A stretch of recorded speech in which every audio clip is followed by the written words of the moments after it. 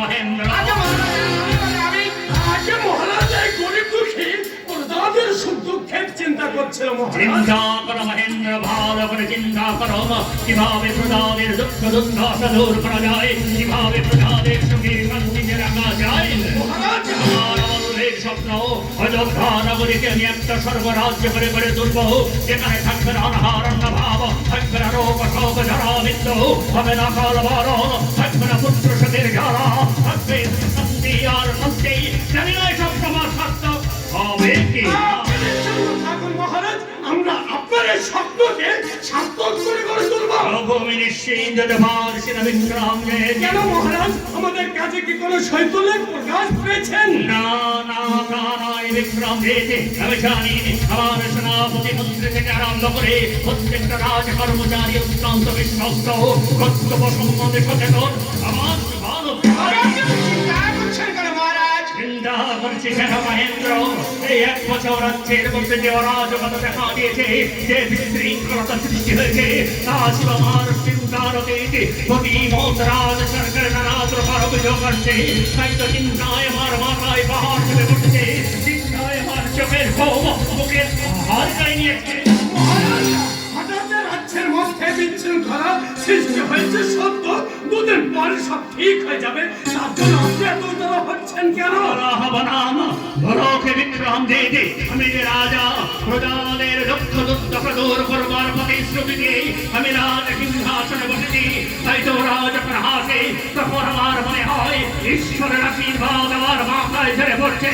আমার রাজ সন্তানে তখন আমার মনে হয় ওই সব প্রজারা শত সহস্র কণ্ঠে আমাকে অভিশাপ দিচ্ছে, আমার ধ্বংস আপনার ভুলবেন না মহারাজ, প্রজার আপনার ধ্বংস কামনা করে না, বরং ভক্তি করে, শ্রদ্ধা করে, আপনার মধ্যে দানবীর কর্মবীরা যাবে, নিজেকে খন্ড বলে মনে করে।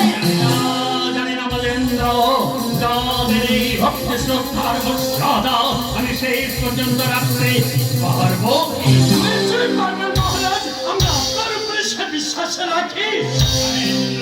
আদেশ করুন মহারাজ। রাজ্যের পশ্চিম সীমানা থেকে যেসব দুর্নীতি পীড়িত প্রজাদের দুঃসংগ্রাম তুমি এনেছ, তাদের সাহায্য করতে যাওয়ার জন্য প্রস্তুত হয়ে নাও। জাতি ধর্ম নির্বিশেষে সকলকে তুমি সমানভাবে সাহায্য করবে, তার জন্য যত অর্থ লাগে তুমি রাজকোট থেকে নিয়ে যাও। কিন্তু মহারাজ, আপনার অনুমতি ছাড়া আমি আত্মসচিবকে বলে দিয়েছি মহেন্দ্র, তুমি তার কাছে গেলে তিনি তোমাকে অর্থ দিয়ে দেবেন। যাও। আদেশ মহারাজ, আমি এখনই যাচ্ছি। এই সঙ্গে চিন্তা করো বন্ধু, কি করলে নিজের আখিরে গোছানো নয়, নিজের ভালো হয়। তোমাকে চিন্তা করতে হবে না বন্ধু, আমি চেষ্টা করে দেখবো কোনটা করলে আবার ভালো হয়। চিন্তা করে আপনার মুখ এসে গেল। বিক্রম যে আজ্ঞা মহারাজ, মহেন্দ্রকে আপনি খুব বিশ্বাস করেন তাই না? মহেন্দ্র কোন বিক্রম দিতে তোমাদের সকলকে আমি সমানভাবে বিশ্বাস করি, তোমাদের সকলকে আমি সমান চোখে দেখি, কারণ আমি জানি তোমরাই হচ্ছে আমার এক একটা শক্তির স্তম্ভ, আমার দুর্দিনের সাথী, আমার সুদিনের বন্ধু। তোমাদের অবিশ্বাস করলে কি আমি রাজকার্য পরিচালনা করতে পারি বিক্রম দে?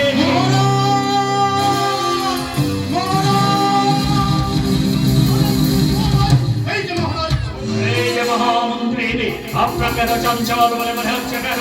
চঞ্চল হব না, যে দুঃসংবাদ বহন করে এনেছি। দুঃসংবাদ? হ্যাঁ, দুঃসংবাদ মহারাজ। একটু আগে একদল ব্রাহ্মণ এসে আমাকে দুঃসংবাদটা দিয়ে গেল। দুঃসংবাদ মহামন্ত্রী? একদল দুষ্কৃতিকারী অযোধ্যার প্রান্ত নেবাচে হানা দিয়ে ব্রাহ্মণদের পুজো উৎসবে বাধা সৃষ্টি করেছে। শুধু তাই নয় মহারাজ, ব্রাহ্মণরা তাদের বাধাকে অগ্রাহ্য করে পূজা উৎসবে শুরু করেছিল বলেই দুষ্কৃতিকারী দল ব্রাহ্মণদের ঘাত করেছে। বললেন মহামন্ত্রী, আপনি কি বললেন? আমি শুনতে বোধ করিনি তো। আমার হচ্ছে ব্রাহ্মণের গায়ে গায়ে পূজা উৎসবের বাধা সৃষ্টি। এমনকি তারা প্রান্তরে বাড়ি ভেঙে চুরমার করে দিয়েছে। এখনো তুমি নীরব, এখনো তুমি আমার ভাষায় ভেঙে পড়নি বলছ।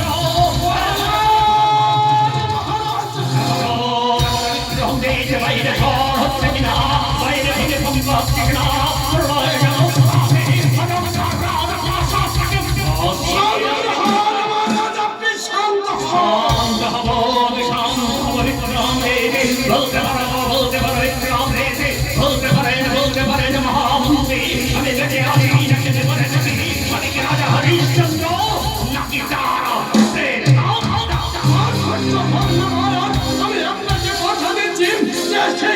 চিৎকারী হোক না কেন, একে পর্যকালের মধ্যে তাদের সন্ধান করে আমি আপনার সম্মুখে হাজির করব।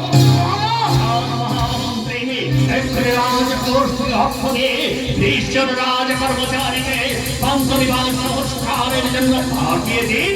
অপরাধ দেবেন না মহারাজ, আপনার অনুমতি না দিয়ে সে কাজ আমি আগেই করে